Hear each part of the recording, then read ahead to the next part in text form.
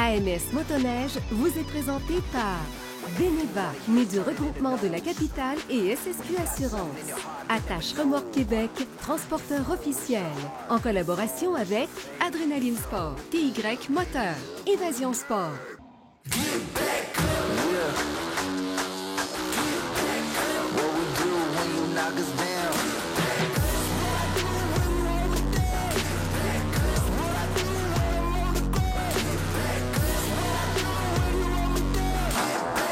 Aujourd'hui, avec Jérôme d'Adrénaline Sport, TY Moteur. Salut Jérôme. Salut.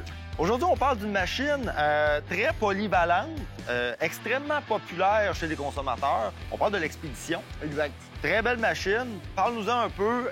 Je sais qu'il y a d'énormes configurations qu'on peut faire avec cette machine-là. C'est comme à l'infini. Ah, tout à fait. Alors, je te laisse aller. Je pense que tu peux nous en parler pendant longtemps. Ouais, donc aujourd'hui, on est devant nous Expédition LE. Donc là, on est sur un 24 pouces, mais ça existe également en 20 pouces. C'est un produit qui est hyper polyvalent. J'appelle ça un peu le couteau suisse, finalement, parce qu'on peut travailler, on peut aller faire de la trail, on peut être en confort à deux, on peut vraiment tout faire avec ça. Ça, c'est vraiment génial. C'est une machine extrêmement confortable. C'est, je dirais même, ça peut être une machine de travail. Ça fait vraiment de tout. On regarde les patins quand même assez larges à l'avant. La motorisation, on a un grand choix de motorisation. Ouais. Qu'est-ce qu'on peut retrouver si quelqu'un qui veut une expédition? Qu'est-ce qu'on peut mettre dedans? Alors, sur une expédition LE comme ici, on va retrouver du 2 temps. On va retrouver un 600 Heritek avec 125 HP. On va retrouver aussi beaucoup de 4 temps, donc 900S, 900S Turbo, puis 900S Turbo Air. Donc 95, 130, 180 HP. Donc on va retrouver là-dedans avec plusieurs modes de conduite aussi, mode éco, mode normal, puis le mode sport également. Donc, on peut aller chercher vraiment toute la gamme de HP, 180 HP d'une expédition. Wow! Wow! Nouveauté aussi, donc sur l'expédition SE, donc qui est avec une suspension à air, donc qui se règle directement sur 5 positions au niveau du volant. On a désormais le 850 en 2 temps qui est arrivé, donc avec 165 HP aussi. Ah ouais? C'est la nouveauté, ouais. Finalement, on peut tout mettre dans l'expédition. On peut le configurer comme on veut. Ouais, puis surtout, on peut tout faire, comme on le disait, on peut travailler, on peut tirer 1200 livres ou 1600 livres avec un bumper HD. On a un hitch d'1,1 pouce d'origine dessus. On a déjà donc une chenille de 154 de long qui est articulée aussi, qu'on peut barrer donc en haut. On peut laisser barrer en bas si on a besoin d'avoir plus de motricité ou laisser libre de façon à ce qu'elle monte directement dans la neige au lieu de piquer quand on met le reculon. Donc ça, c'est vraiment génial pour ça. Transmission un high et puis un low également. Donc si besoin aussi, ça va permettre d'être plus performant au niveau du travail. Puis si on part tout seul dans le bois, on va pouvoir enlever le banc passager. Directement en 2 secondes. On tire de chaque côté, on l'enlève, puis c'est parti. C'est une machine extrêmement confortable à deux. Je pensais que c'était d'emblée pour 2 personnes, mais non, on peut rajouter donc encore plus de matériel avec nous quand on passe. Ça s'enlève. Tu parlais de la chenille articulée. As-tu une préférence ou une suggestion quand quelqu'un qui fait du sentier? Est-ce qu'on la barre? Est-ce qu'on la laisse libre? Comment qu'on fait pour savoir? Parce qu'on a beaucoup de choix. Avec là, moi, je ne sais pas quoi faire avec. Idéalement, plus on est court au niveau de plus la chenille est courte, plus on va être entre guillemets agile en sentier. Donc on va la laisser barrer en position haute. On aura l'équivalence non pas d'un 154, mais plutôt d'un 146. Donc ça va permettre de tourner plus court. Et c'est justement quand on va être en hors-piste qu'on va la laisser libre. Donc si besoin, comme ça, elle va bouger toute seule ou la laisser barrer en bas pour travailler. OK. En hors-piste ou quand on fait du petit boisé, on peut avoir à reculer. C'est là qu'on la laisse libre. C'est plus simple. Puis, on cale pas quand on recule. On va vraiment monter sur la neige pour flotter. C'est ça. Puis avec 24 pouces de large, ça flotte quand même pas mal. La différence avec... j'ai remarqué, je regardais le Scandic. L'Expédition, je trouve qu'ils ont beaucoup de ressemblances.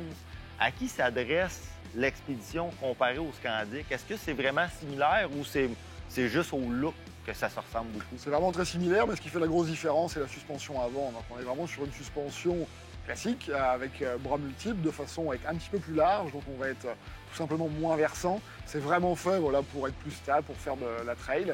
Donc on va avoir un sentiment de confort qui va être supérieur.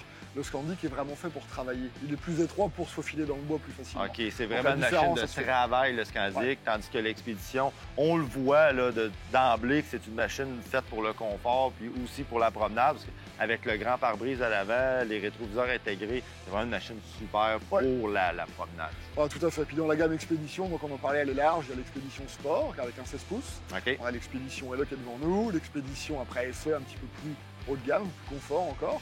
Et puis après, il y a l'Expédition Extrême également, qui est, elle, qui est un peu malade, avec un 850 ou un 900 Turbo Air aujourd'hui. Donc, c'est pas pour rien que l'Expédition, c'est une des machines les plus populaires chez BRP, c'est qu'on peut tellement la personnaliser à nos propres goûts et nos propres besoins. qu'une expédition, il y en a pour tout le monde. Ah, exact. Pour vous voir, on va où? Québec, Adrénaline, donc à Saint-Georges également, Clermont, Montmagny, PTY Moteur à Lévis et Saint-Raphaël. Parfait. Allez configurer votre expédition. Vous en avez pour quelques heures. Ce segment vous a été présenté par Adrénaline Sport, TY Moteur.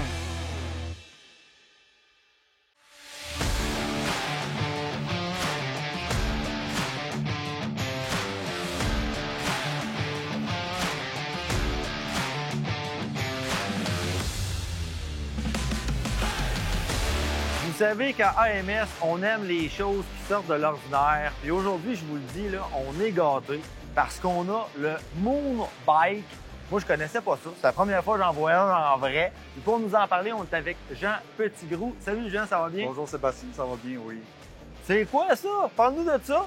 C'est l'avenir, c'est futuriste, c'est une belle invention. C'est inventé en Europe il y a 3 ans. Ils ont moins d'accès à des sentiers de motoneige. Alors, Okay. eux autres, ils ont un déplacement sur la neige. Ils ont trouvé ça, ils ont inventé ça, une belle invention, 100% électrique. C'est ça, on parle d'une Fait pas machine de bruit, électrique, là. mais non. Ça, c'est différent, là. C'est le fun. Ça a jusqu'à 3 heures d'autonomie. En temps froid, ça peut aller jusqu'à moins 25. OK, quand même. OK? Ça peut faire, tu peux aller jusqu'à 42 km/h. OK. Donc, tranquillement, pas vite. Absolument. Moonbike est vraiment en train Oui. de prendre l'expansion au Québec Ouais. avec justement des centres de ski, tout ça, que ça peut être vraiment une machine utile. Utile dans la neige. Même des pourvoiries d'un chalet à l'autre ou des gens qui ont des terrains privés. Il y a toutes sortes de possibilités. Ben, c'est sûr, pour même un chalet, ça peut être super agréable là, de Absolument. se promener. Puis puis, qu'est-ce que les gens vont aimer, c'est que ça fait pas de bruit. Ça dérange pas personne. Ben non, c'est ça. C'est une nouvelle sensation.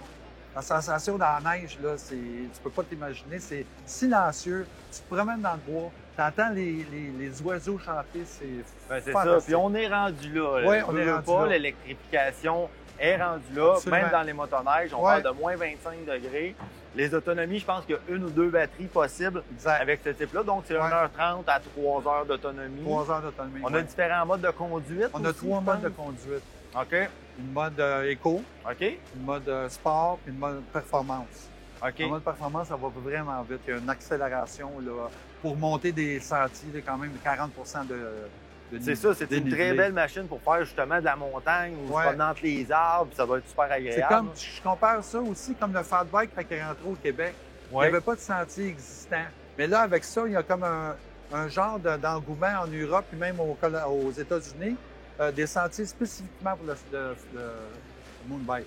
Ah oui, Oui, absolument. OK. Je veux dire, c'est à peu près une circonférence de 20 km. Tu as comme un circuit parce que tu as quand même une autonomie de 3 heures. Il faut que tu fasses attention. Tu peux pas aller à cette île pour revenir là, parce qu'il va te manquer de courant. Ça, c'est vraiment une bonne idée. Je ne sais Ouais. pas si c'est ce que vous essayez d'intégrer justement avec cette machine-là. Absolument. Que, exemple, le massif ou Le qu'il massif fasse des du petits Sud. sentiers Ouais. exprès pour ce genre Absolument. d'engin-là. Mais c'est Puis une en très bonne plus, idée. ouais, puis l'année prochaine, il va y avoir un engin qui va sortir, qui va aller probablement jusqu'à 120 à 140 km/h. Si on veut s'en procurer un présentement, est-ce que c'est possible? Est-ce que vous avez un réseau de distribution? J'ai un réseau, tu vas à Moonbike directement. Tu peux OK. le commander de là directement. Ça prend à peu près 3 semaines et tu vas le recevoir. Ça vient des États-Unis. OK. La maison mère est en France. Le site web, il vient d'Europe. Mais on a une maison aussi, on a une option de l'acheter aux US, à OK. Boulder, Les Colorado. prix, ça commence à combien environ? C'est 11 550 pour OK. commencer avec une batterie. Avec une Et batterie.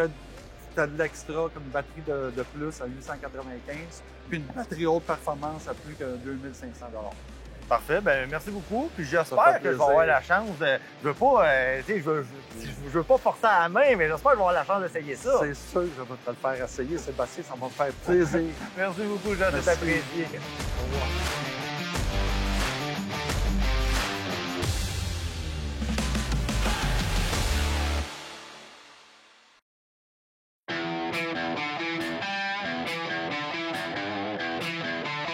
Alors, vous avez devant vous un homme jaloux. Pourquoi? Ben oui, évidemment, je suis chez Évasion Sport à la Terrière avec Dominique Potvin, associé ici chez Évasion Sport. Dominique, si dans mon temps, quand j'ai commencé à faire de la motoneige, j'avais eu la chance d'être initié sur une machine comme la Arctic Cat ZR200, avouez, là, pour débuter, c'est l'article idéal. Oui, vraiment. C'est l'accessoire idéal pour les enfants, pour amuser nos jeunes. C'est un véhicule qui est accessible pour les 8 à 14 ans. OK. Moteur 200 cc, démarreur électrique. 200 cc, c'est raisonnable. Hein? Oui, vraiment. Se fait dans un plus petit modèle 120. OK. Plus compact comme véhicule. Plus petite cylindrée et un peu plus compact. Plus compact, plus petit cylindré, fait pour les plus jeunes encore. OK. C'est un véhicule qui a été introduit en 2018 chez Articat. En 2019, on a introduit le démarreur électrique. Depuis ce temps-là... Très bonne idée. Oui, vraiment. Parce que... On en conviendra. On va jouer dehors. Oui, ça va jouer dehors. Les enfants ont la liberté d'aller démarrer le véhicule eux-mêmes sans que les parents sortent dehors par temps froid. C'est bon, ça développe le sens de la responsabilité. Tout le monde sera d'accord. En plein ça. OK. Mais dis-moi, je constate qu'il n'a pas de cinémomètre, il n'y a pas de speedo, comme on dit en latin. Donc, ça veut dire évidemment qu'au Québec, il ne serait pas légal dans les sentiers. En plein ça. Dans plusieurs États hors de la région, c'est légal en sentier, mais au Québec, c'est pas légal. OK. Ça vient standard avec les poignées chauffantes pour un meilleur confort. Il faut les gâter, il faut les initier au luxe. Quand même. Et il se fait un kit de suspension aussi pour les plus grands. Si on veut se promener, disons, à OK, mais une personne comme moi qui est pas, disons, dans les 6 et quelques, là, je pourrais... En fait, sais-tu quoi? Ça me rappelle un Jag Freya 340 que j'avais dans mes années 70. C'est à peine plus compact, à peu près la même longueur, mais il est dessiné différemment. C'est en plein ça. On a une chenille de 93 pouces avec des crampons d'1 pouce. C'est une machine qui se débrouille quand même bien hors piste avec un jeune. Oui. Fait qu'on peut faire du sentier sur le terrain, dans les champs, sortir un petit peu de la piste. Ça fait que quand ils vont vouloir aller s'amuser dans le pic de Gravel chez mon oncle Alfred, ils ne seront pas freinés par les capacités techniques de la machine? En plein ça, en plein ça. Okay. On a un système d'entraînement comme une grosse motoneige, à courroie, avec un petit système à chaîne, l'huile de chain case aussi, comme... c'est vraiment... Puis je regarde le gabarit de la machine, là, je la sens assez légère. Ce qui veut dire que même pour un jeune ou un préadolescent, c'est pas quelque chose qui est difficile à manipuler si on a à se dépanner ou à se sortir d'un banc de neige où on s'est enlisé. En plein ça. Ils n'ont pas mis beaucoup de roulettes. C'est un véhicule léger à tasser, justement, à soulever le derrière, le devant. On est capable de se déprendre facilement là, avec ce véhicule-là. Ah, OK. Puis, je vois que les ingénieurs ont bien fait leur travail parce que c'est tout simplement à l'échelle 5/8e exactement le même genre de technologie que sur les plus grosses machines. Je regarde les bras de suspension, les doubles fourchettes. Double bras. C'est vraiment... Ils ont pris vraiment... Ils ont foulé l'aspect du grand. Puis aussi, ils ont fait l'accès facile aussi à l'entretien. On a un gros capot qui s'ouvre au lieu des nouveaux véhicules que ça prend... plusieurs... un doctorat pour être capable. On ouvre le capot, on a accès à toutes les mécaniques, le changement d'huile est facile à faire, tout l'entretien est facile. OK, alors non seulement on pourrait initier un jeune à la conduite responsable, puis à bien s'amuser en respectant les règles et tout ça, puis à développer son autonomie, mais en plus, on pourrait l'impliquer aussi, si on veut, raisonnablement, s'entend, dans l'entretien de sa machine, ou savoir quoi surveiller avant de partir en expédition. En plein ça. On peut adapter la conduite et créer une petite base en mécanique en même temps. Puis comme à cet âge-là, nos amis, c'est la moitié de notre vie, je devine qu'on pourrait quand même asseoir quelqu'un, si on veut. Si on voudrait. C'est conçu pour un. C'est conçu pour un, mais oui, la selle est assez longue quand même pour être 2 jeunes dessus sans problème. OK. Puis tu expliquais au début de notre conversation que c'est un véhicule qui a quelques années d'expérience derrière la cravate. Oui. Ça veut dire que la mouture qu'on voit cette année dans votre salle de montre chez Évasion Sport, elle est...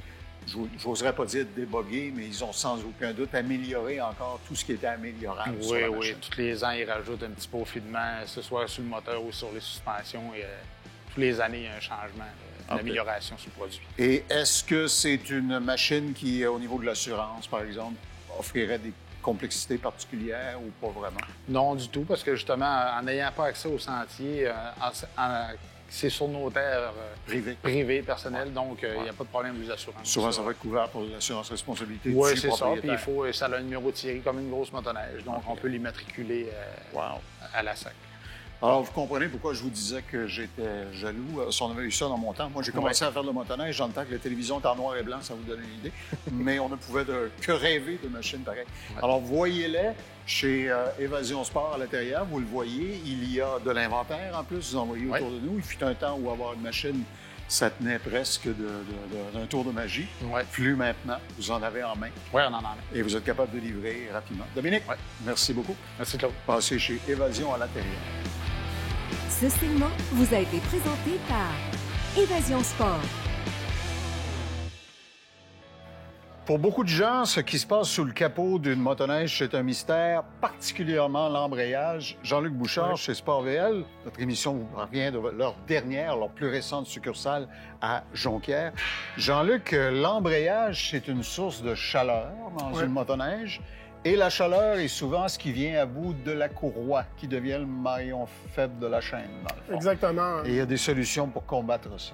Oui, bien, à la base, c'est par là que la puissance du moteur va se transmettre à la chenille qui nous permet d'avancer. Oui. Depuis plusieurs années, les motoneiges ne cessent d'augmenter en puissance, ce qui fait augmenter la courroie en chaleur. Ils ont commencé par faire un peu, comme tu vois à l'extérieur de la courroie, de la ventilation extérieure. Ça, c'est génial. Des stries qui triplent la surface exposée de la courroie. Ouais. Donc, elle va dégager, elle va se débarrasser de sa chaleur. Exactement. C'est déjà une première partie. Ouais. Ensuite, maintenant, tu as beaucoup de compagnies qui vont faire des ventilations du côté du panneau gauche pour refroidir la courroie. Avec une ailette, Il y en a même qui ont fait des genres de petits fans là, sur la poulie secondaire. Intégrée, Parce que au travers de tout ça, c'est vraiment toujours le problème. C'est la chaleur qui fait que ta courroie pète. Soit parce que ton moteur est mal enligné avec le châssis. L'axe n'est pas bon. L'axe est... Ou tu sollicites trop. Ou sinon, c'est ça, t'es trop...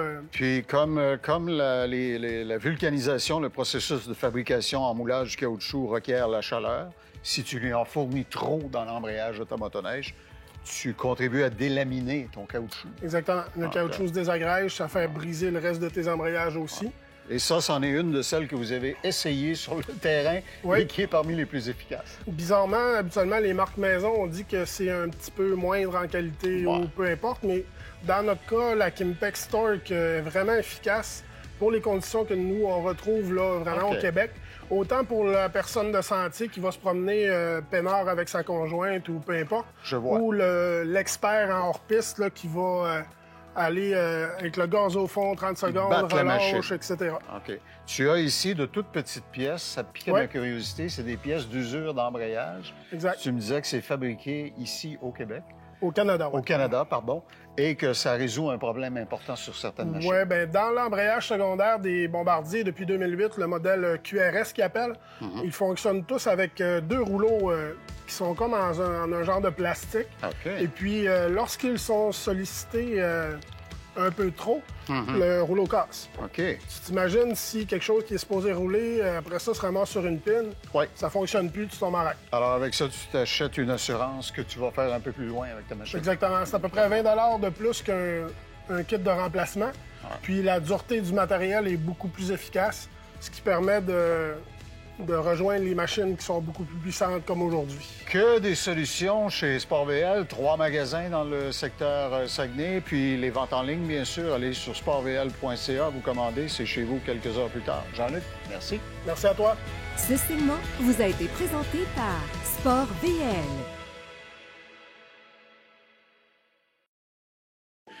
Une vieille maxime, c'est de se mettre dans les bottines de quelqu'un quand on veut voir la situation de l'angle où lui ou elle la voit, cette situation.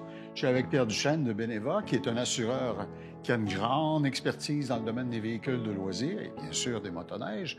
Pierre, quand vient le temps de catégoriser vos risques, les zones de pratique d'un sport, etc., quelle est votre logique d'analyse dans le domaine de l'assurance? La logique, c'est qu'on va prendre chacune des caractéristiques et on va aller évaluer au niveau de l'expérience de sinistre, qu'est-ce que ça donne. Comme par exemple, les catégories. On sait qu'une motoneige touring versus une motoneige de montagne... On pratique pas ça dans le même environnement, tout à fait. Exactement. Puis, tu sais, logiquement, on se dit que la touring devrait avoir un indice de perte qui est plus faible, moins de réclamations. Et concrètement, c'est ça qu'on voit aussi lorsqu'on regarde les chiffres. Vous faites des hypothèses et ensuite vous les validez dans votre expérience réelle d'assureur. Les hypothèses, souvent, c'est plus lorsqu'on arrive avec des nouveautés, quelque chose qu'on n'a pas rencontré précédemment. Sinon, on a les chiffres, donc on est capable de les voir. Les chiffres ne mentent pas. Exactement. L'autre chose, au niveau du territoire, on pourrait faire des hypothèses aussi sur le territoire, mais les chiffres non plus ne vont pas mentir. Si j'habite l'île des Sœurs, je fais de la motoneige occasionnellement, je ne représenterai pas pour vous le même risque si j'habite près des Monts-Valin et que j'enfourche ma motoneige tous les jours. Exactement. Puis la période d'utilisation est beaucoup plus grande. Ouais. Donc, nécessairement, il va y avoir plus de réclamations. C'est pas lié à l'individu, c'est vraiment lié à la période d'utilisation qui est beaucoup plus longue. Évidemment, on arrive ensuite de ça avec l'individu. Donc, on le voit par tranche d'âge, on le voit de plusieurs critères comme ça. Donc, tous ces critères-là, lorsqu'ils sont analysés, font en sorte qu'on arrive à une prime qui est très personnalisée. Je vois. Et qui est basée vraiment sur le risque réel. Non, c'est ça, je comprends. Alors, magasiner ses assureurs ou bien faire prévaloir à son assureur, dans le cas de Beneva, où j'habite, mes habitudes, mon bon dossier, mon utilisation exacte de ma machine, etc. Ce sont tous des éléments qui vont avoir, au final, un impact direct sur la prime. Exact. Pourquoi il y a des différences entre un assureur et un autre? C'est juste qu'on n'a pas la même recette, tout simplement. Il y a des assureurs qui vont utiliser plus de critères, moins de critères. Je comprends. Et l'objectif pour les assureurs, c'est d'avoir la prime la plus personnalisée possible pour être le plus compétitif pour les clients qui représentent le risque le plus faible. Je comprends. Alors, vous voyez, ça vaut la peine de magasiner votre assurance. On vous le dit souvent, à bien des égards. Pierre Duchesne, Beneva, merci beaucoup. Merci, bon Claude. magasinage. Ce segment vous a été présenté par Beneva, né du regroupement de la capitale et SSQ Assurance.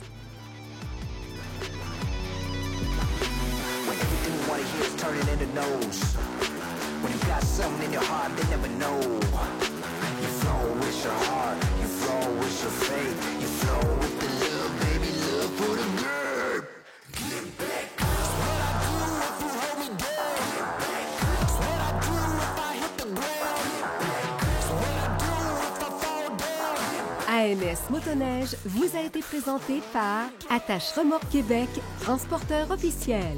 Beneva, né du regroupement de la capitale et SSQ Assurance.